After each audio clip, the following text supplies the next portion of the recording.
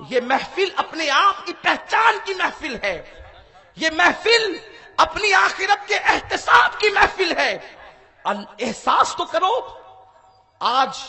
تقریباً 80% لوگ فیس بک پر ہے۔ فیس بک پر آپ اچھا کیا کرتے ہیں، برا کیا کرتے ہیں مجھے نہیں پتا، جائز کیا کرتے ہیں، ناجائز کیا کرتے ہیں، میں کوئی فتویٰ دینے نہیں بیٹھا، میں مفتی نہیں ہوں، لیکن آپ کی توجہ کو اس طرف مبذول کرانا چاہتا ہوں۔ قادری چوکھٹ کا ایک فقیر ہوں اور صرف آپ کے سامنے دل کا درد لے کر کے آیا ہوں۔ اگر محسوس کر سکتے ہو تو محسوس کرو کہ ہم جب فیس بک کھولتے ہیں، کسی کے 500 فرینڈز، کسی کے 1000، کسی کے 5000، میں یہ کہنا چاہتا ہوں اگر انسان اس میں زنا نہ بھی دیکھے، آپ نہیں دیکھتے زنا، انسان اس میں گانا نہ بھی سنے، نہیں سنتے آپ گانا، آپ کوئی گندی چیز نہیں کرتے، نہ کریں، صرف آپ اس کو چیک کرنے کے لیے بیٹھتے ہیں تو 2-2 4-4 گھنٹے اس میں نکل جاتے ہیں، صرف دوستوں کی تصویریں دیکھ کر، صرف احباب کی کہ بھیجے ہوئے میسیجز دیکھ کر۔ میں آپ سے پوچھنا چاہتا ہوں کہ جو 4 گھنٹے آپ گزار رہے ہیں فیس بک پر، یہ 4 گھنٹے میں آپ اللہ کی کتنی عبادت کر سکتے ہیں؟ اللہ رب العزت کو آپ کتنا منا سکتے ہیں، کتنا راضی کر سکتے ہیں؟ یہ سوچ صحابہ کی سوچ ہے کہ وقت کو ضائع مت کرو، وقت ملے کھڑے ہو جاؤ نفل پڑھنے کے لیے، وقت ملے درود شریف کا وظیفہ کرو، وقت ملے قرآن کی تلاوت کرو۔ کل تک تو اگر قرآن کی تلاوت کرنا ہے تو قرآن کے مصحف مسجد میں رکھے ہوتے تھے، کل تک تو قرآن کی تلاوت کرنا ہے تو قرآن کے نسخے گھر میں رکھے ہوتے تھے، گھر جائیں گے تو تلاوت ہوگی، مسجد میں جائیں گے تو تلاوت ہوگی۔ اللہ نے کتنے ترقی یافتہ دور میں تمہیں پیدا کیا، کیوں اس دور کو جہنم کا ایندھن بنانے کی بجائے جنت میں جانے کا ذریعہ کیوں نہیں بنا لیتے؟ اب تو موبائل کے اندر قرآن موجود ہے اور علماء نے کتنی سہولت دے دی ہے، اگر موبائل میں قرآن ڈاؤن لوڈ ہے تو اس کے اوپر چونکہ کانچ رہتی ہے اور وہ سافٹ ویئر کے ذریعے سے اس کے اندر ڈاؤن لوڈ کیا جاتا ہے، تو اگر آپ بے وضو بھی ہیں تو موبائل کے اندر کے قرآن کو آپ چھو سکتے ہیں۔ اس کا مطلب یہ ہے آپ کو جب موقع ملے نکال کر کے دوستوں کا میسج پڑھنے کی بجائے میرے رب کا میسج پڑھو، میرے رب کا میسج پڑھو، میرے پروردگار کا میسج پڑھو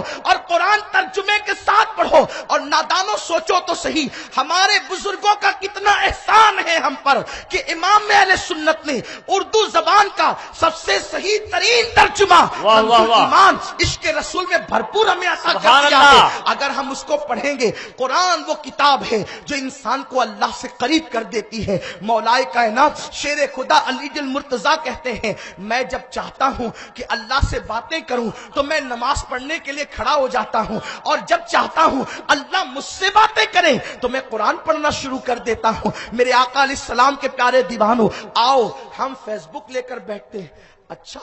اب تو میری طرح جو میرے جیسے لوگ جو دیندار کہلاتے ہیں، میرے جیسے لوگ غلطی سے جن کو ہم دیندار کہتے ہیں، میں دوسروں کی بات نہیں کر رہا ہوں، اپنی بات کر رہا ہوں،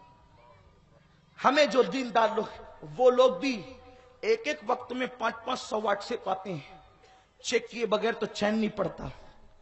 اگر 500 میسیجز چیک کرنے میں، ایک میسج چیک کرنے میں 1 سیکنڈ بھی گیا تو مسجد کے اجرے میں بیٹھ کر ہم چیک کر رہے ہیں 500 سیکنڈ گئے؟ مجھے بتاؤ، 500 سیکنڈ چلے گئے،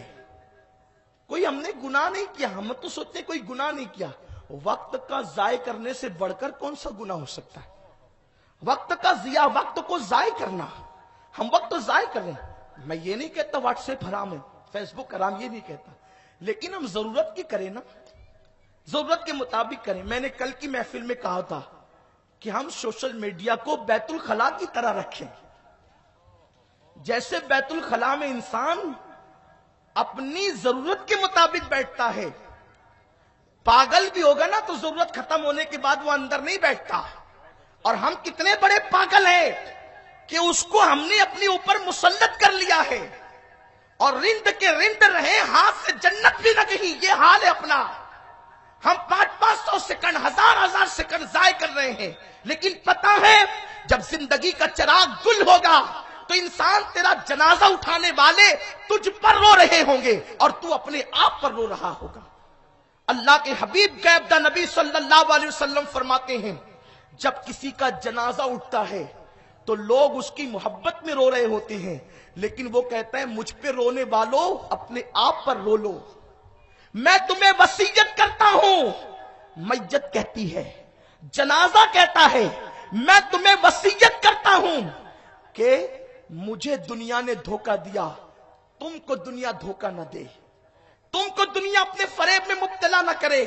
میرے پیارے آقا صلی اللہ علیہ وسلم کے پیارے دیوانوں، آپ سے میں پوچھنا چاہتا ہوں، اللہ کے حبیب کا یہ کہنا کافی